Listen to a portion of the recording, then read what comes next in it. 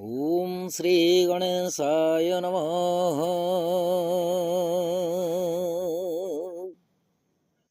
जगदानंदकंदाय प्रणतार्थी होराय च नीलाचल निवासाय जगन्नाथाय ते नमः। शरणार्गत दिनार्थ परित्राय परायणे सर्वस्वार्थी हरिदेवी भगवती नारायणी नमो नमः। नमः भगवती शरण। दर्शक बंधु, 12 अधिपति शनिश्चर महाग्रह एवं इष्टदेवी माँ भगवती दक्षिणेश्वरी काली को नमन कर जानिबा आजिर राशिफल विषय रे। सर्वप्रथमे जानिबा आजिर राशि नक्षत्र तथा पंचांग विषय रे। आज माघ मास कृष्ण पक्ष इंग्राजी तारीख जनवरी मास 18 तारीख 2025 मसीहा शनिवार। आज पंचमी तिथि, पूर्वा फाल्गुनी नक्षत्र सिंहचंद्र, शोभन जोग कौलवकर्ण, संध्या 6 घंटा 27 मिनिट पर तैतिलकरण भोग हेब। जोगिनी दक्षिण दिगरे। आज वृष सिंह कन्या राशि घात 12 एवं कर्कट और मकर राशि घात चंद्र।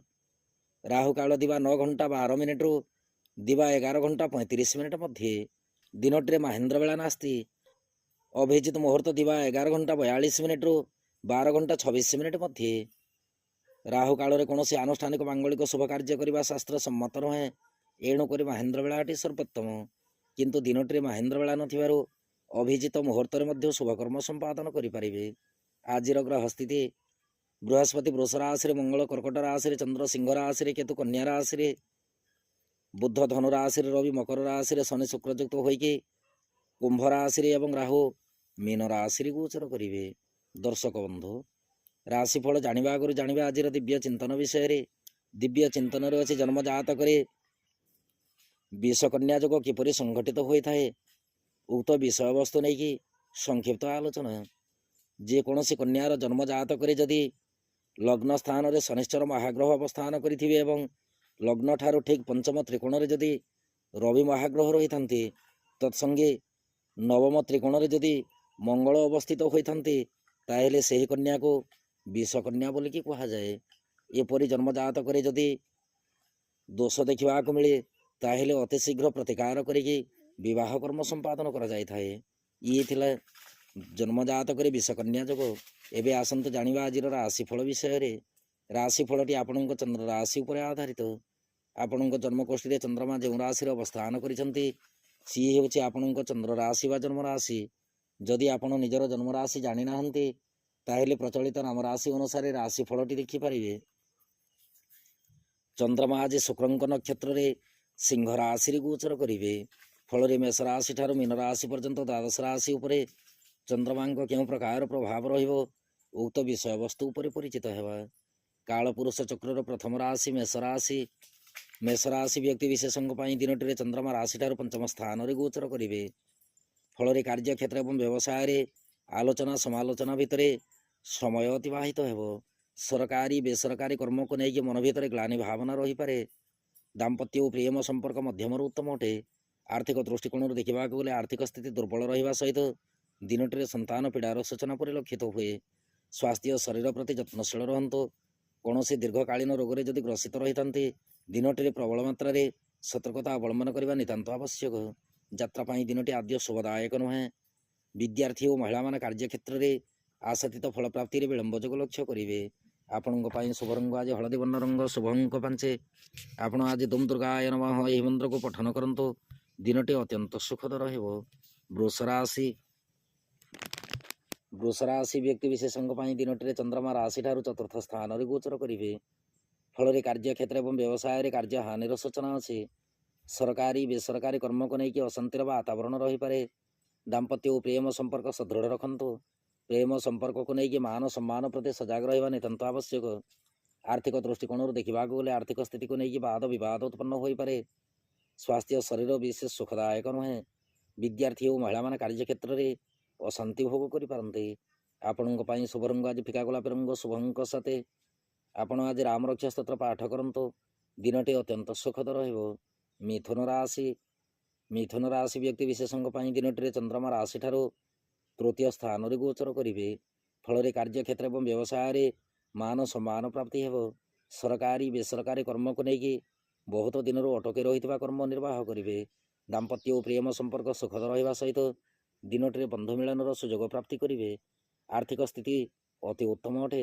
ସ୍ୱାସ୍ଥ୍ୟ ଶରୀର ସୁଖଦ ରହିବା ସହିତ ଯାତ୍ରା ସମୟରେ ଅମୃତ ତୁଲ୍ୟ ଫଳ ପ୍ରାପ୍ତି କରିବେ। ବିଦ୍ୟାର୍ଥୀ ଓ ମହିଳାମାନେ କାର୍ଯ୍ୟକ୍ଷେତ୍ରରେ ଉଚ୍ଚ ପଦ ପ୍ରାପ୍ତି କରିବେ। ଆପଣଙ୍କ ପାଇଁ ଶୁଭ ରଙ୍ଗ ଆଜି ସବୁଜ ବର୍ଣ୍ଣ ରଙ୍ଗ। ଶୁଭଙ୍କ ଚାରି ଆପଣ ଆଜି ଦେବୀ ମନ୍ଦିରରେ ଘୃତ ଦୀପ ଅର୍ପଣ କରନ୍ତୁ। ଦିନଟି ଅତ୍ୟନ୍ତ ସୁଖଦ ରହିବ। କର୍କଟ ରାଶି ବ୍ୟକ୍ତି ବିଶେଷଙ୍କ ପାଇଁ ଦିନଟିରେ ଚନ୍ଦ୍ରମା ରାଶିଠାରୁ ଦ୍ୱିତୀୟ ସ୍ଥାନରେ ଗୋଚର କରିବେ। ଫଳରେ କାର୍ଯ୍ୟକ୍ଷେତ୍ର ଏବଂ ବ୍ୟବସାୟରେ ସଫଳତାର ଚାବିକାଠି ପ୍ରାପ୍ତି ହେବ। ସରକାରୀ ବେସରକାରୀ କର୍ମକୁ ନେଇକି ତରତର ନିଷ୍ପତ୍ତି ନିଅନ୍ତୁ ନାହିଁ। ଦାମ୍ପତ୍ୟ ଓ ପ୍ରେମ ସମ୍ପର୍କ ବିଶେଷ ସୁଖଦାୟକ ନୁହେଁ। ଆର୍ଥିକ ଦୃଷ୍ଟିକୋଣରୁ ଦେଖିବାକୁ ଗଲେ ଆର୍ଥିକ ସ୍ଥିତିକୁ ନେଇକି ବାଦ ବିବାଦ ଉତ୍ପନ୍ନ ହେବ। ସ୍ୱାସ୍ଥ୍ୟ ଶରୀର ସୁଖଦ ଅଟେ। ଯାତ୍ରା ପାଇଁ ଦିନଟି ଆଦ୍ୟ ଶୁଭଦାୟକ ନୁହେଁ। ବିଦ୍ୟାର୍ଥୀ ଓ ମହିଳାମାନେ କାର୍ଯ୍ୟକ୍ଷେତ୍ରରେ ତରତର ନିଷ୍ପତ୍ତି ନେଇକି ସନ୍ତାପିତ ହୋଇପାରନ୍ତି। ଆପଣଙ୍କ ପାଇଁ ଶୁଭ ରଙ୍ଗ ଆଜି ହଳଦୀ ବର୍ଣ୍ଣ ରଙ୍ଗ। ଶୁଭଙ୍କ ଆପଣ ଆଜି କ୍ଳିଂ କୃଷ୍ଣାୟ ଗୋବିନ୍ଦାୟ ଗୋପୀଜନ ବଲ୍ଲଭାୟ ରାଧାକୃଷ୍ଣାୟ ନମୋ ଭଗବତେ ବାସୁଦେବାୟ ନମଃ ଏହି ମନ୍ତ୍ରକୁ ପଠନ କରନ୍ତୁ। ଦିନଟି ଅତ୍ୟନ୍ତ ସୁଖଦ ରହିବ।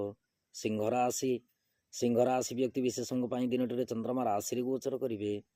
ଫଳରେ କାର୍ଯ୍ୟକ୍ଷେତ୍ର ଏବଂ ବ୍ୟବସାୟରେ ଲୋକ ସମ୍ପର୍କ ବୃଦ୍ଧି ହେବ। ସରକାରୀ ବେସରକାରୀ କର୍ମକୁ ନେଇକି ମନ ଭିତରେ ଅଳ୍ପ ମାତ୍ରାରେ ଆଶ୍ୱସ୍ତି ଲାଭ କରିବେ। ଆଇନ ଅଦାଲତ କର୍ମ ଯଦି କିଛି ଥାଏ ଦିନଟିରେ ନ୍ୟାୟଟି ଆପଣଙ୍କୁ ପ୍ରାପ୍ତି ହେବ। ବିଶେଷ କରି ରାଜନୀତି କ୍ଷେତ୍ରରେ ଉନ୍ନତିର ମାର୍ଗଦର୍ଶନ କରିବେ। ଦାମ୍ପତ୍ୟ ଓ ପ୍ରେମ ସମ୍ପର୍କ ଅତି ଉତ୍ତମ ଅଟେ। ଆର୍ଥିକ ସ୍ଥିତି ସବଳ ରହିବା ସହିତ ଦିନଟିରେ ଧାର କରଜ ଦେଇଥିବା ସମ୍ପତ୍ତି ଫେରସ୍ତ ପାଇପାରନ୍ତି।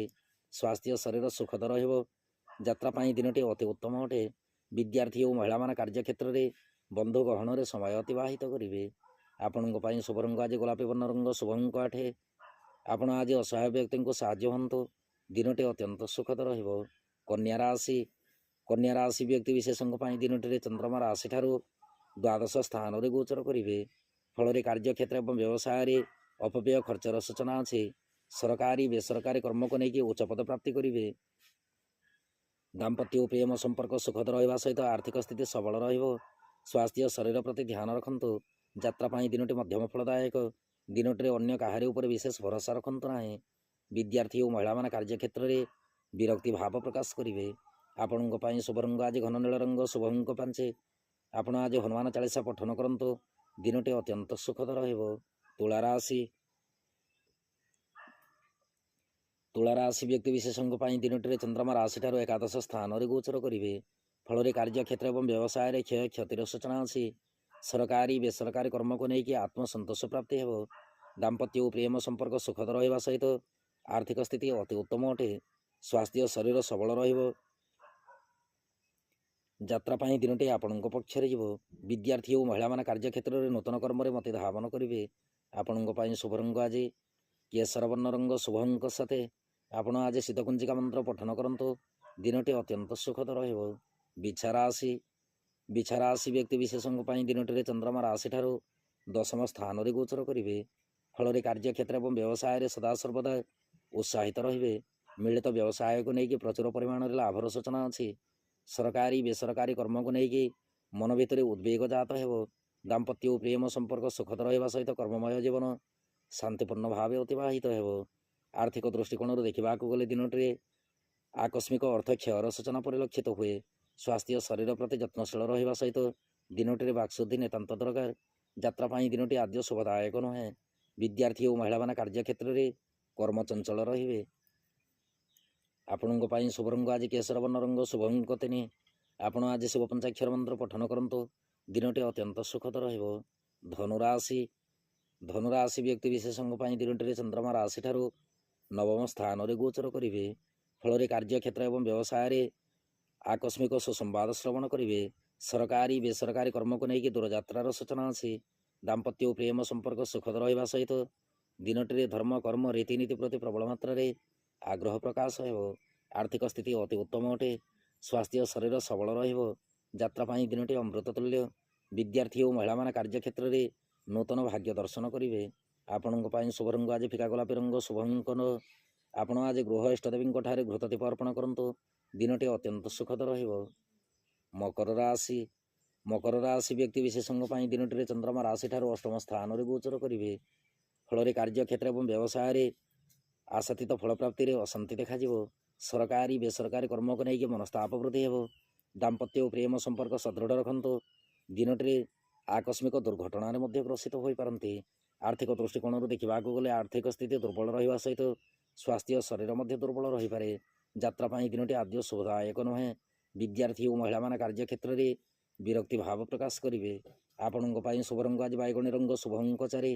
ଆପଣ ଆଜି ତ୍ରିଶାଖା ବେଲପତ୍ର ଶିବଲିଙ୍ଗରେ ଅର୍ପଣ କରନ୍ତୁ। ଦିନଟି ଅତ୍ୟନ୍ତ ସୁଖଦ ରହିବ। କୁମ୍ଭ ରାଶି। କୁମ୍ଭ ରାଶି ବ୍ୟକ୍ତି ବିଶେଷଙ୍କ ପାଇଁ ଦିନଟିରେ ଚନ୍ଦ୍ରମା ରାଶିଠାରୁ ସପ୍ତମ ସ୍ଥାନରେ ଗୋଚର କରିବେ। ଫଳରେ କାର୍ଯ୍ୟକ୍ଷେତ୍ର ଏବଂ ବ୍ୟବସାୟରେ ଆଶାତୀତ ଫଳ ପ୍ରାପ୍ତି କରିବେ। ସରକାରୀ ବେସରକାରୀ କର୍ମକୁ ନେଇକି ଉପରିସ୍ଥ କର୍ମଚାରୀଙ୍କ ଠାରୁ ପ୍ରଶଂସା ଲାଭ କରିବେ। ଦାମ୍ପତ୍ୟ ଓ ପ୍ରେମ ସମ୍ପର୍କ ସୁଖଦ ରହିବା ସହିତ ଦିନଟିରେ ରାଜନୀତି କର୍ମରେ ଉନ୍ନତିମୂଳକ କର୍ମ ସମ୍ପାଦନ ହେବ। ଆର୍ଥିକ ସ୍ଥିତି ଅତି ଉତ୍ତମ ଅଟେ। ସ୍ୱାସ୍ଥ୍ୟ ଶରୀର ପ୍ରତି ଧ୍ୟାନ ରଖନ୍ତୁ। ଦିନଟିରେ ତଳିପାଦରେ ଏବଂ ମୁଣ୍ଡରେ ଯନ୍ତ୍ରଣା ଅନୁଭବ ହୋଇପାରେ। ଯାତ୍ରା ପାଇଁ ଦିନଟି ମଧ୍ୟମ ଫଳଦାୟକ।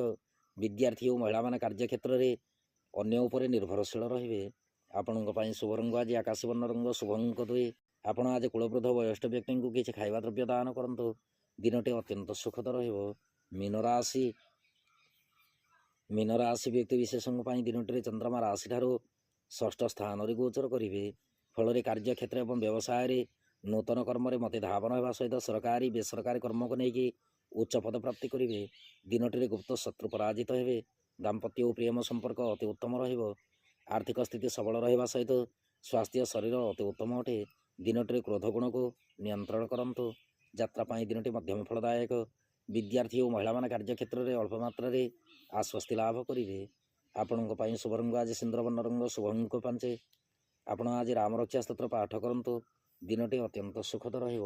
ଦର୍ଶକ ବନ୍ଧୁ, ଇଏ ଥିଲା ମେଷ ରାଶି ଠାରୁ ମୀନ ରାଶି ପର୍ଯ୍ୟନ୍ତ ଦ୍ୱାଦଶ ରାଶିର ରାଶିଫଳ ଏବଂ ଆଜିର ଦିବ୍ୟ ଚିନ୍ତନ।